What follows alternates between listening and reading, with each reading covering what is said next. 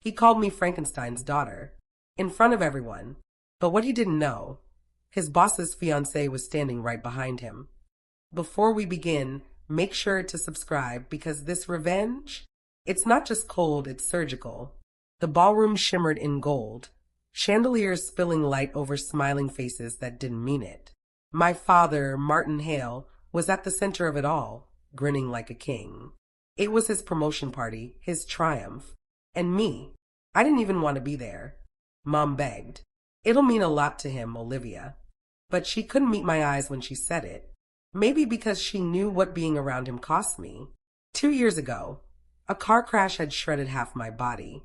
I'd spent months learning to walk again, to look in a mirror again. My father never visited. Not once. He said hospitals made him uncomfortable. Now, as I walked into that ballroom in my long-sleeve dress, I could feel his discomfort again, this time at being seen with me. He spotted me across the room, his jaw tightening before he forced a smile. "Olivia," he said, raising his glass. "You made it." Finally, the crowd turned to look, and then he said it, loud enough for every polished guest to hear. "You look different. But that's what surgery's for, right? To fix things." Laughter. Polite, poisoned laughter. My mother looked down at her drink. I swallowed hard. "Dad," I whispered. It wasn't cosmetic, but he didn't stop. He lifted his glass again, eyes glittering. "To resilience," he said, voice booming. "And second chances, even for those who don't come out quite the same." Something inside me cracked. Not loudly, quietly, like glass under pressure. I excused myself, smiled through the murmurs, and walked toward the bathroom. In the mirror, my scars caught the golden light, pale and jagged against my collarbone. They weren't ugly. They were proof I'd survived. But to him, they were shame. And then I heard her voice. Soft, steady kind. "I'm sorry you had to hear that." I turned. A woman stood by the mirror. Early 40s, elegant, with the calm confidence of someone who'd seen too much to be surprised anymore. "I'm Dr. Evans," she said gently. "St. Jude's Hospital. Plastic and reconstructive surgery." My breath caught.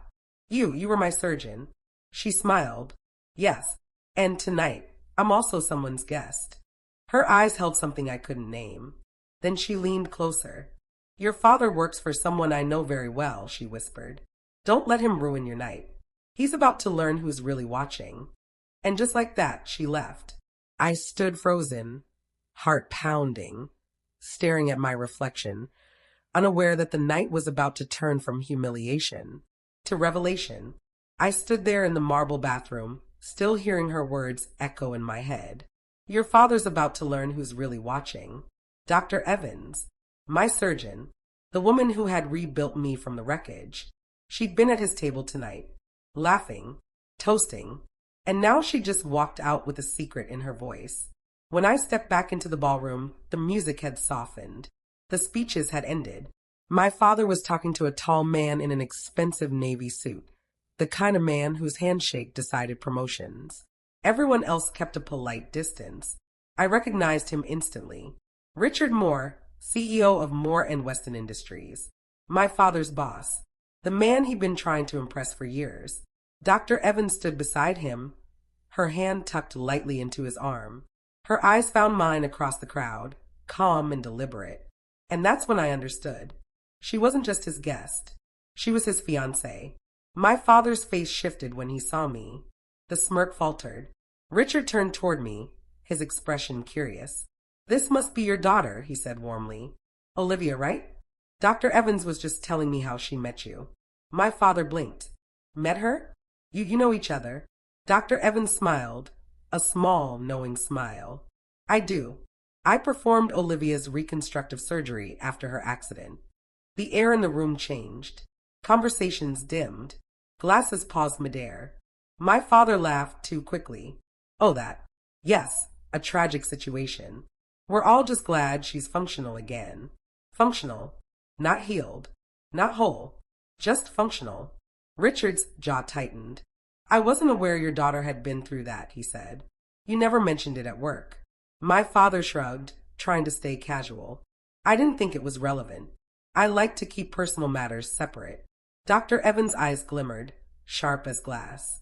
Interesting, because when we spoke about Olivia's recovery, she mentioned your absence. A ripple of silence spread through the guests. Richard turned toward my father slowly. You weren't there for her? My father's composure cracked, just slightly. Of course I was. I was busy managing. Your image, I said quietly, stepping forward. You were busy managing your image. He glared at me. Olivia, not now. But Dr. Evans wasn't done. She reached into her clutch and pulled out a small envelope. I found this earlier in my office. A letter Olivia wrote during her recovery. She never sent it, but she thanked me for being there when her family couldn't. She looked straight at him. I didn't know then that you were her father. He tried to laugh it off, but the sound came out brittle. This is ridiculous. Richard's eyes were cold now. Martin, you've spent years preaching about integrity and loyalty. Yet the man I'm seeing right now. Richard, please, my father stammered. You don't understand. She's exaggerating. I'm not, I said. My voice was steady now. You mocked me tonight. The scars you see. I pulled back my sleeve slightly, exposing the faint lines along my arm. Those are reminders that I survived something you never showed up for. No one breathed. Then Dr. Evans said softly, you taught her resilience by abandoning her. Maybe tonight, you'll learn humility the same way. Richard's voice cut through the silence. Martin, we'll discuss your future with the company first thing Monday. For now, I suggest you apologize properly. My father's mouth opened, but nothing came out. And in that moment, I realized he wasn't angry. He was terrified. I could have ended it there, but I didn't. Because revenge, when served too soon, loses its flavor. So I smiled, nodded politely, and said, don't worry, Dad. I'll make sure your name isn't the only thing people remember from tonight. Then I walked out, leaving him frozen in front of his boss, his fiancée, and 100 silent witnesses. I spent the night after the party awake, making a list. Not a petty list, not a litany of slights, but a ledger. Dates, emails, votes, expense lines. Memory is a messy thing, but paper is obedient. I turned the things I remembered into something that could not be dismissed as feeling or imagination. The proof was not dramatic. It lived in invisible places, in spreadsheets and calendar invites, in expense reports coded with polite words. My father had been careful. He loved to be careful. He loved to dress his misdeeds in corporate jargon. But care is not the same as skill, and arrogance is a blind spot. He thought the truth would stay tiny, locked behind his neat signatures. He did not expect someone who had been taught to notice small things. I started quietly. A photocopy here, a printed invoice there. A recorded conversation I had once with his assistant, left on an old phone, that confirmed dates he had erased from calendars. A contractor who remembered a cash payment disguised as a donation. People who were willing to tell half a story if you gave them a safe place to finish it. I collected pieces and fitted them together until they made a shape. I did not go to the press. Public spectacle was his domain. I wanted a different kind of exposure, one that unraveled the scaffolding he had built. I sent the documents to the corporate audit team, anonymous at first, with a note that read, simply, I think you will find this useful. I attached copies to regulatory bodies and to the law firm that oversaw executive ethics. I put a small packet in the hands of a board member I had once met through my mother, someone who had no patience for fakery. It was surgical. Each packet was a seed. Some sprouted quickly. Others took time. That was fine. Revenge is patient when it is precise. The first sign that something was happening came in the middle of a Tuesday meeting. I was at my desk, pretending to work, pretending not to have noticed the way the office gossip circle had shifted tone. My phone buzzed. A headline from a business site. Martin Hale suspended pending an internal investigation. I felt a quiet extraction of breath, like a hand taking a weighted thing out of my chest. The second sign was worse for him. At the boardroom, Richard Rowan, who had once worn camaraderie like a cloak, convened the senior team and then, with a firmness that frightened people, told them the company would be audited externally. He told them morality was not optional and that any hints of impropriety would be rooted out. He said he valued reputation and investors valued transparency. He said things he had once said in speeches about integrity, words now aimed straight at the man who had performed for him. My father called me that night, voice small and sharp. "You did this," he said. "You do not understand," he said. I did. I let him sputter until he hung up. I thought of the tiny faces of my cousins, the way my aunt had packed a car with all she owned, the nights my mother kept the water bill on the table because she could not bear to tell us it would not be paid. Revenge had a face. It was not pretty. It was not quick. It was right. Investigators came. They asked questions that made my father shake. They compared signatures and timestamps and began to knit the story. They found consulting accounts that paid into shell entities. They found donations that bent toward developers and away from the neighborhoods that had been sold. They found a ledger that named a contractor who had been paid in cash, a contractor who remembered slipping envelopes into a folder marked confidential and handing them to Martin in a corner office. The press smelled blood and circled, but I did not feed them. My satisfaction was not the image of him on television. It was the slow dismantling, the way a man who built his life on control had his control taken piece by patient piece. The board demanded answers. Investors wanted reassurances. Richard, who had once used me as an awkward excuse for his fiancée, now led the call for reparations and accountability. My mother sat on the edge of our old couch and cried for the first time I had seen in years. I sat beside her and let her talk, and she told me things that made the ledger heavier. She told me about money moved into accounts, about nights when Martin came home smelling faintly of someone else entirely, of weekends booked as business trips that were really dinners. She had been in the room, she said, but she had never been heard. When she filed for divorce, the papers were cold and efficient, as if a life could be divided like property. I did not gloat. The thing I wanted had nothing to do with punishment alone. It had to do with the future. When a man who has used people as props loses his stage, other people can step forward to tell their stories. There was a hearing. Martin sat with the kind of hollow composure men practice for cameras. He answered questions badly, as if he were trying to remember a script someone had handed him, and he kept losing the pages in the wind. He cried once, not from sorrow but from the friction of shame. He begged. He made offers that were too late. Apologies arrived with the wrong currency when you spent the only currency you had long ago. When the board voted to remove him, the decision was framed as a fiduciary necessity. They talked about stability and the market. They used words like governance and ethics. The sentences were polite, surgical, and they carried the finality I had been trying to orchestrate. My father left with a box of belongings and the look of a man who had been reduced to a human size by his own making. People asked me if I felt better, if my heart was lighter. The truth is complicated. There was a relief, yes. There was also a hollow where something used to be.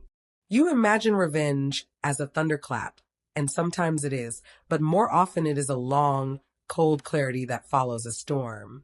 It forces you to reckon with the person you become in the act of undoing someone else. There were consequences I had not planned for.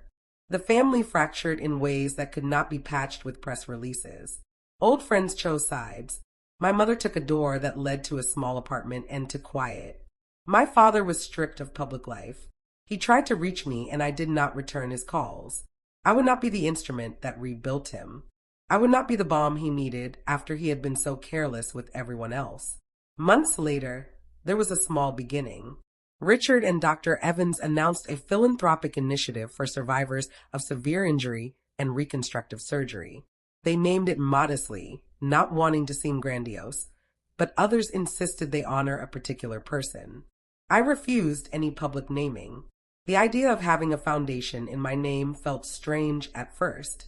I had wanted no part of spectacle. Yet the fund created an opportunity for people like my cousin to rebuild. It was not revenge. It was a different kind of reclamation. I gave talks quietly in community centers and local hospitals. I taught a class about navigating hospitals and legal forms and about finding voices when others try to buy silence. Students listened, sometimes with skepticism, sometimes with relief. The way people breathe when they find someone else has mapped the way through a dark place. These moments were small and true. They soothed in ways my earlier plans had not. On a rainy evening, I walked past the ballroom where the first speech had shattered me. The lights were different now. I felt different too. The scars on my collarbone had faded, as scars do. They were no longer a secret or a shame. They were a history, an origin story, not the whole narrative.